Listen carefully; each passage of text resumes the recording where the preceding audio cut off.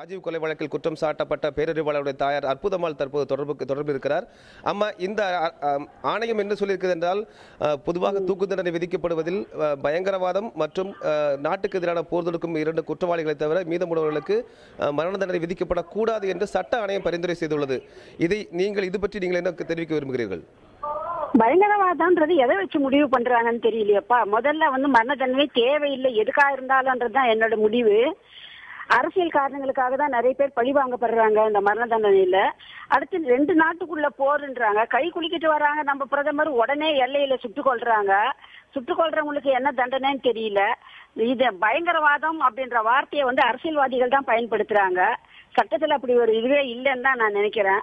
எதுவா இருந்தாலும் மரண தண்டனை தேவையில்லைன்றதுதான் என்னோட இது. பழிவாங்கலுக்காக தான் இது உபயோகப்படுத்தப்பட்டிருக்காங்க. இப்ப யாகூப் மேனன் கூட தூக்கில போடும்போது கூட அவன் என்ன சொல்லி கதர்னதா எல்லா செய்தியிலயும் வருது, இந்த குண்டு வெடிப்புக்கு காரணமா உதவி செய்த அண்ணனுக்கு தம்பின்னு என்ன தூக்கில போடுங்கடா, நான் இந்த குண்டு வெடிப்புக்கு நான் காரணம்னு போடாதீங்க அப்படின்னு கதர்னதா தான் செய்திகள் வருது. இப்படி எல்லாமே தவறா பயன்படுத்தப்படும் போது இந்த அளவுகோல் எதை வச்சு இவங்க பண்றாங்க? இப்ப விசாரணை முறையே தவறா இருக்கு நம்ம இந்திய நாட்டுக்குள்ள.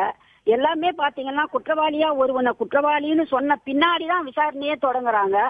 எவனையும் விசாரிக்கிறதுக்கு முன்னால நிரபராதின்னு யாருமே சொல்றதே இல்லை. இப்படிப்பட்ட கோளாறுகள் உள்ள இந்த சட்டத்தை வச்சுக்கிட்டு மாறுபடுது, நீதி முறையும் மாறுபடுது, தீர்ப்புகளும் மாறுபடுது. ஆளுக்கு தகுந்தா போலையும், இடத்துக்கு தகுந்தா போலையும், வசதி வாய்ப்புக்கு தகுந்தா போலையும் நீதிமுறையும் மாறுபடுறதுனால இதை வச்சுக்கிட்டு நாம நிச்சயமா மரண தண்டனை தரப்படக்கூடாது. எப்படிப்பட்ட கொடிய குற்றமா இருந்தாலும் அவங்க திருந்தி வாழறதுக்கு வாய்ப்பளிக்கிறதுக்கு தான் சிறைச்சாலை இருக்கு.